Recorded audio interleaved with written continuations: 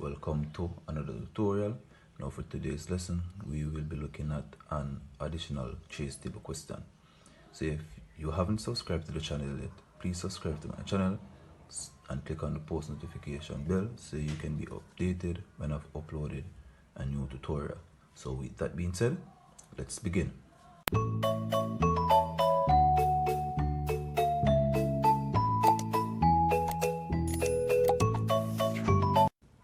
So remember guys, a trace table is used to test an algorithm for its correctness.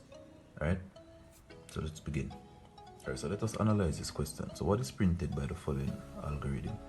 So there you have count equal to 1 and x equal to 2. And for this question, we will be using a while loop. So remember, a while loop is used to repeat a block of statement once the condition is true. But once the conditions becomes false, the loop will terminate. Right?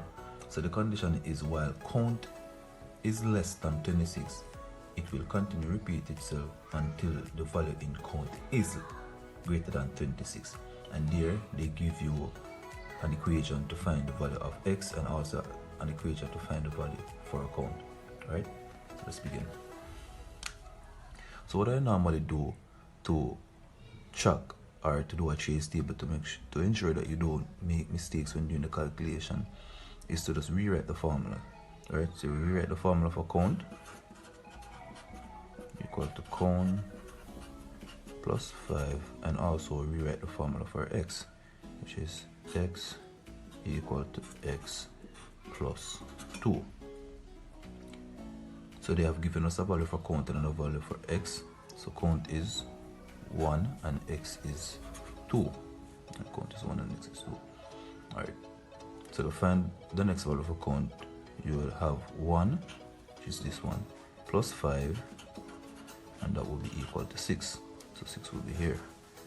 And for x, it would be 2 plus 2, which would be equal to 4, and you will put 4 here. Now the value in count is still less than 26. That means the block of statement will continue to repeat itself. So let's go again. So we're at the second or the third part of the table, sorry. So it's 6 plus 5, because the current value for count is 6. So 6 plus 5, which will be equal to 11.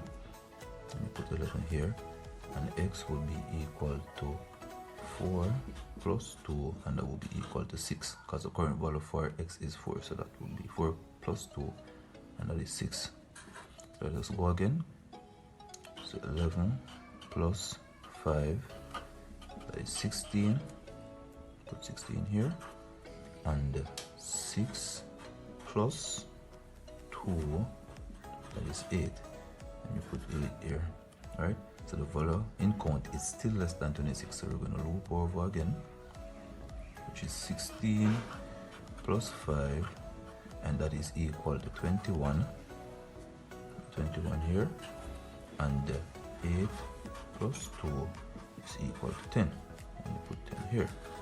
Alright, let's go again, which is 21 plus 5, and that is equal to 26. You put the 26 here, and then you'll have 10 plus, so 10 plus 2, and that is equal to 12, and you put 12 here. Well, so the condition is still true, so the block of statements will be repeated one more time, as the value in count is still less than 26. Right, although you have 26 here, it would mean that it's equal to it and not greater than it. Alright, so remember, for the condition to become false, the value in count has to be greater than 26. So we'll work it one more time. So you'll have 26 plus 5, and that is 31. So you'll put 31 here, and then you'll have 12 plus 2 equal to 14. We'll put 14 here. So now that therefore means the value in count is now greater than 26, so the condition becomes false and the loop will terminate. So stay tuned for the tutorial and thanks for watching.